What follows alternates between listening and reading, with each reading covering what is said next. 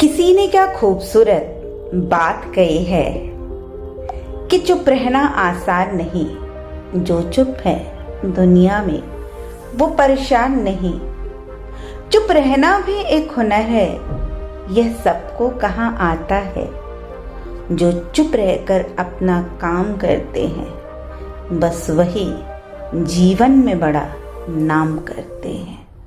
नमस्कार दोस्तों, ईश्वर सदैव आपका भला करे और आपकी झोलियां ईश्वर के आशीर्वाद से, उसकी रहमतों से सदैव भरी रहे। तो दोस्तों, आज बात करेंगे एक कहानी की। एक कहानी जो ये बताती है कि कितनी बार चुप रह जाना हमारी बहुत सारी समस्याओं का अंत कर देता है। जीवन में मौन एक ऐसी घटना है जो जब किसी बड़े के जीवन में घटी है वो महान बन गया है।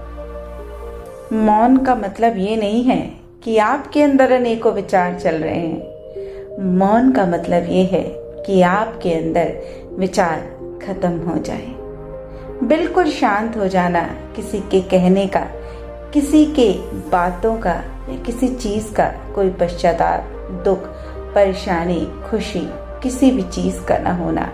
और जो व्यक्ति इस मौन की अवस्था में जीवन में पहुंचे हैं वही इस संसार में महायोगी बन पाए हैं।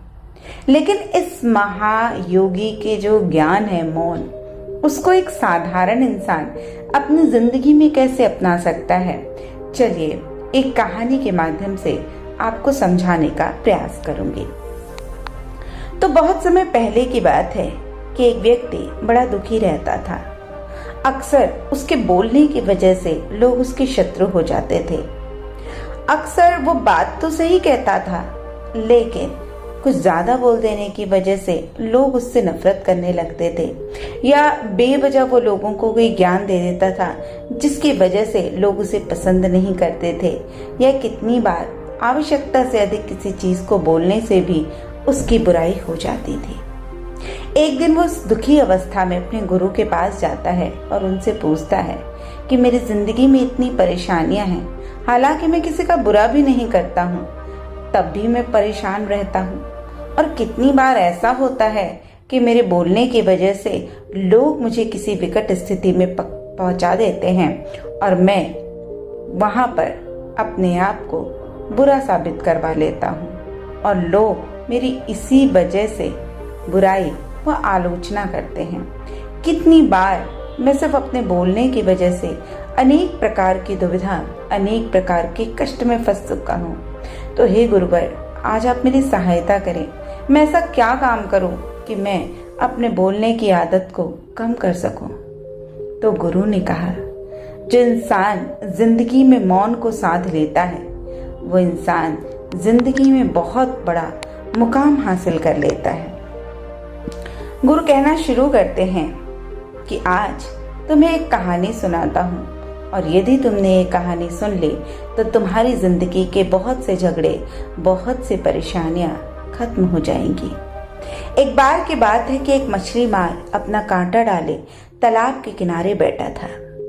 काफी समय हो गया फिर भी कोई मछली उसके कांटे में नहीं फंसी थी। उसने सोचा कहीं ऐसा तो नहीं है कि मैंने कांटा ही गलत जगह डाला हो या कोई मछली ही ना हो। उसने तालाब में झांका तो कांटे के आसपास सैकड़ों मछलियां थी। अब वह व्यक्ति आश्चर्य से भर गया कि इतनी सारी मछलियां होने के बाद भी कोई मछली फंसी क्यों नहीं, जबकि कांटे में दाना भी लगा है। इसका क्या कारण हो सकता है। वह ऐसा सोच ही रहा था कि एक राहगीर ने उससे कहा, लगता है भैया यहाँ पे मछली मारने बहुत दिन बाद आए हो। इस तालाब की मछलियां अब कांटे में नहीं फंसती हैं। इस पर उसने हैरत से पूछा, क्यों, ऐसा क्या हुआ है यहाँ। तो राहगीर बोला, पिछले दिनों तालाब के किनारे एक बहुत बड़े संत आकर ठहरे थे। उन्होंने यहाँ मौन की महत्ता पे प्रवचन दिए थे। उनकी वाणी में इतना तेज था कि जब वो प्रवचन देते थे तो ये सारी मछलियां भी बड़े ध्यान से सुनती थी।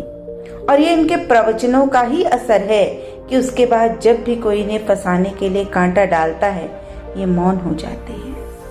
जब मछलियां मुंह खोलेंगी ही नहीं तो काटेंगी, फंसेंगी कैसे। इसलिए बेहतर यही है कि आप कहीं और जाकर कांटा डालो। अब उसकी बात मछली मार की समझ में आ गई और वो वहां से चला गया। लेकिन एक कहानी तो एक कहानी है, शायद ये वास्तविक जीवन में ना घटे तो, लेकिन ये कहानी आपको समझाने के लिए है कि कितनी बार हमारे मुंह खोलने से हम समस्या में फंस जाते हैं। कितनी बार समझदारी ये होती है कि हम उस वक्त चुप रह जाएं। यदि ये बात मछलियां समझ सकती हैं तो इन चीजों को मनुष्य को जरूर समझ लेना चाहिए कि यदि हम आवश्यकता से अधिक किसी भी चीज को बताएंगे, समझाएंगे या करने का प्रयास करेंगे तो भलाई के बदले हमें बुराई ही मिलेगी।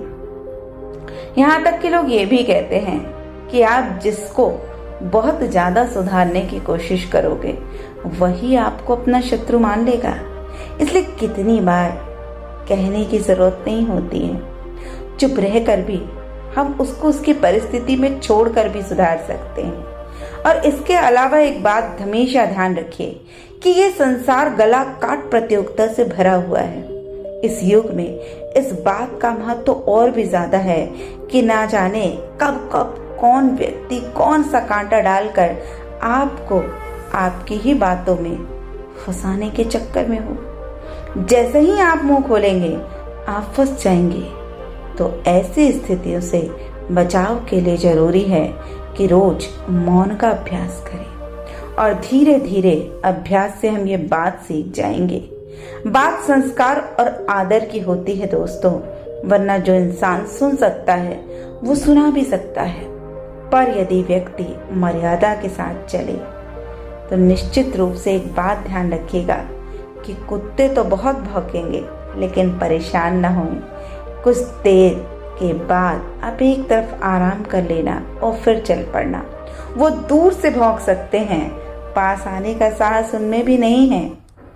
इस चीज को आप ऐसे भी समझ सकते हैं कि मान लीजिए आप पंजाब में बैठे हैं और दूसरा व्यक्ति लखनऊ में बैठकर तुम्हारे बारे में गलत बोल रहा है, तो क्या परिणाम निकलेगा?